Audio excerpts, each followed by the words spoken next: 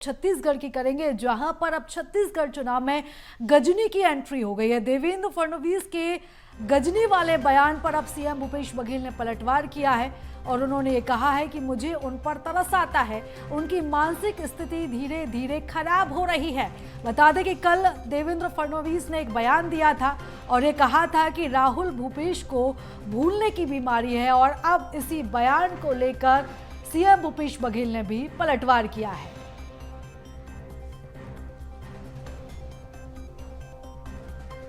तो बता दें कि कल देवेंद्र फडणवीस ने यह बयान दिया था और ये कहा था कि राहुल भूपेश को भूलने की बीमारी हो गई है। गजनी फिल्म के कैरेक्टर से उन्होंने तुलना की थी और उसके बाद से अब जो बयानबाजी है वो देखने को मिल रही है। वहीं जब छत्तीसगढ़ में विधानसभा चुनाव के दौरान गजनी की एंट्री हो गई है, वहीं देवेंद्र फडणवीस ने कहा कि मैंने कांग्रेस नेता राहुल गांधी का भाषण सुना।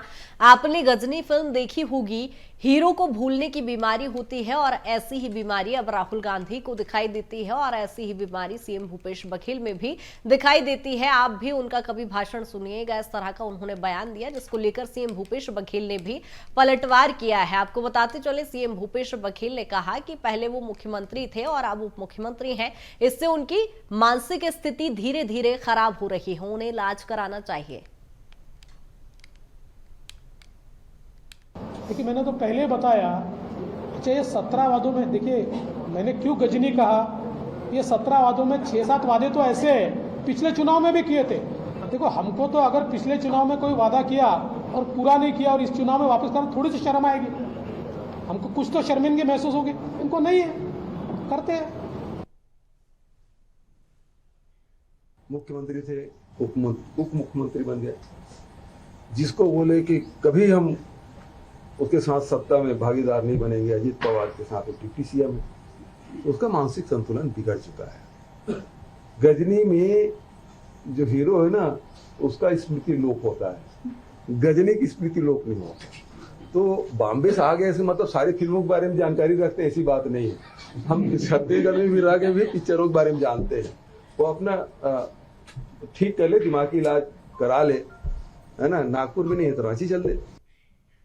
और इसी पर ज्यादा चर्चा के लिए दो मेहमान हमारे साथ जुड़ रहे हैं। अमित साहू, बीजेपी प्रवक्ता, हमारे साथ जुड़ गए हैं। सर, बहुत स्वागत है। अजय गंगवानी, कांग्रेस प्रवक्ता, हमारे साथ जुड़ गए हैं। सर, आपका भी बहुत स्वागत है। और सवाल भी सर पहला आपसे ही, जिस तरह से हम देख रहे हैं फडणवीस जी राहुल गांधी और भूपेश बघेल को गजनी की उपमा दे रहे हैं। सर देखिए कृतिका जी, महत्वपूर्ण यह है कि देवेंद्र फडणवीस महाराष्ट्र की एक ऐसी सरकार में मुख्यमंत्री है जिसे लोकतंत्र की हत्या करके, चोरी करके बनाया गया। ऐसी सरकार के जो पहले मुख्यमंत्री है, वर्तमान मुख्यमंत्री है, तो कहीं ना कहीं डिमोशन हो रहा है। तो मानसिक संतुलन खोने के बाद इस प्रकार के बयान देना, देखिए कहीं ना कहीं इस प्रकार की जो बयानबाजी है जो पूरी तरह अनर्गल है, राजनीतिक शिष्टता के खिलाफ।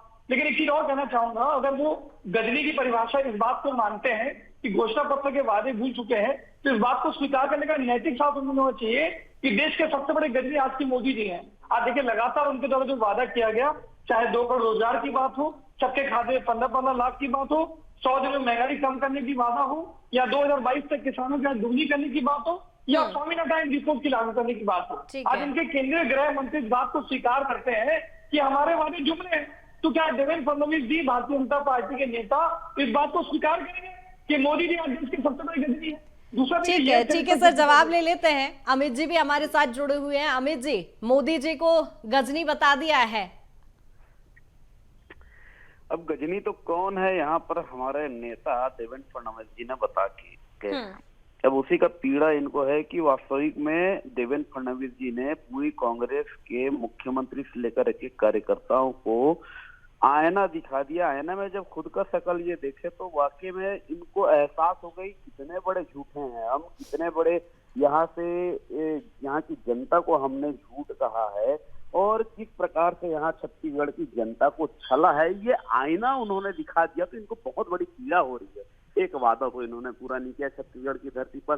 सिर्फ झूठे वादे को लेकर छत्तीसगढ़ में सरकार इन्होंने 2018 से बना तो ली है, मगर 5 साल में एक नया ईंटा इन्होंने छत्तीसगढ़ की धरती पर नहीं लगाया है। सड़कें बदहाल, ठीक है, लेकिन कांग्रेस कह रही है यहाँ पर फडणवीस जी पहले मुख्यमंत्री थे, उप मुख्यमंत्री बने, तो इस तरह उनका मानसिक संतुलन बिगड़ गया है। देखिए, अब इनके यहाँ तो संगठन का सा नहीं मालूम इनको, मगर हमारे यहाँ भारतीय जनता पार्टी में एक एक कार्यकर्ता सिपाही की तरह होता है। संगठन का जो निर्णय होता है वो सर्वोपरि होकर मानकर काम करने वाला, निर्णय लेने वाला कार्यकर्ता जो भाजपा में होता है। कांग्रेस की तरह नहीं कि संगठन से अलग लाइन पे चलने वाला ठीक है कार्यकर्ता। अजय जी, संगठन नहीं है आपकी पार्टी में? देखिए, ये भारतीय जनता पार्टी के प्रवक्ता कितना भी झूठ बोलने का प्रयास करे, पार्टी विद डिफरेंस और कैडर विद वाईटी का जो फोकना ढोंग करते थे, आज जिस प्रकार से टिकट डिफरेंस दिखा गया, इनको शांत करा दीजिए, इनको शांत करें। अमित जी शांत हो जाए, मैंने डिस्टर्ब नहीं किया आपको, जो सब सुनने का साथ रखिए, इनको शांत करा दीजिए पहले। ठीक है अमित जी, जवाब ले लेते हैं ना। छत्तीसगढ़ को रचाया हमने। ठीक है अमित जी, जवाब ले लेते हैं।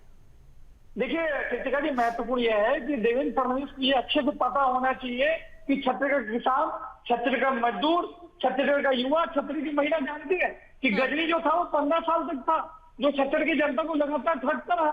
आज इस देश की छत्तीसगढ़ की जनता को आईना दिखाने की बात कर रहे हैं। 15 सालों के बाद 15 सीटों को सीमित करके छत्तीसगढ़ की जनता ने रमन सिंह उनकी सरकार को आईना दिखाया। आज 2024 की केंद्र की मोदी सरकार को देश की जनता उखाड़ फेंकेगी।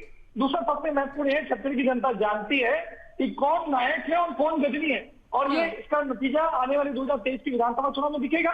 छत्तीसगढ़ की सरकार देश की इकलौती सरकार है जिन्होंने 95% वादों को पूरा किया। ये रमन सरकार यहाँ पे थी, क्या कभी आदिवासी परिवार को जर्सी गई थी? क्या आपने सरकारी नौकरी दी? किसानों को 2100 समर्थन में 300 का बोनस। ठीक है अमित जी, 15 साल बीजेपी ने क्या किया? ये इनका चरित्र है, वादा खिलाफी करना, जुमलेबाजी करना। छत्तीसगढ़ जो दिख रहा है कृतिका जी, अब हो गया, इनको शांत रहने बोलिए। ठीक है आज जो छत्तीसगढ़ जो दिख रहा है, जो नजर आ रहा है, ये सिर्फ और सिर्फ भारतीय जनता पार्टी के कारण ही है। ठीक है अजय जी, जवाब ले लेते हैं। ठीक है, क्या बोलेंगे, यहाँ बैठकर झूठ बोलने का काम नहीं कर रही है, झूठ बोलने का अलावा नहीं है, सच बोले। अरे विकास का 500 काम बता दे यहाँ पर, अभी बताए विकास का 500 काम छत्तीसगढ़ की धरती के लिए क्या किया है। गरवा ठीक है अजय जी, समझ लेते हैं ना 15 साल में बीजेपी ने आखिर क्या किया है। अमित जी, संवारा है छत्तीसगढ़ को 15 साल में भारतीय जनता पार्टी ने बनाया है। छत्तीसगढ़ को भारतीय जनता पार्टी ने विकसित छत्तीसगढ़ बनाया है। भारतीय जनता पार्टी ने आज जो स्वरूप अपनी आंखों से छत्तीसगढ़ का देख रहे हैं, वो सिर्फ और सिर्फ भारतीय जनता पार्टी की देन है। कांग्रेस ने क्या नया काम किया है? एक नया काम बता दो, एक नया काम यहाँ गिना दो। ठीक है अजय जी, नया काम गिनाओ, अरे बताओ तो क्या काम किया है?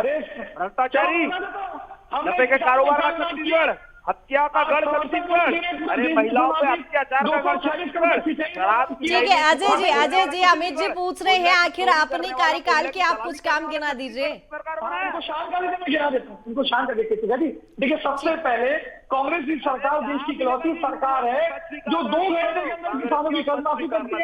आज अमित जी जवाब ले लेते हैं। ऐसे में समाधान मूलक संवाद असंभव है सर। अमित जी जवाब ले लेते हैं। अजय जी, देखिए कांग्रेस की सरकार देश की इकलौती सरकार है जिसे 2 घंटे के अंदर 10,000 किसानों की 10 करोड़ की माफी की। आज 2640 3660 जो समर्थन मूल्य दे रहे हैं वो पूरे देश में आज 246 करोड़ की सिंचाई, 350 करोड़ की फसल क्षतिपूर्ति देते हैं। लगातार हमने आज किसान, गरीब, मजदूर, आदिवासी हर जगह इसी का नतीजा है। आज भाजपा के नेता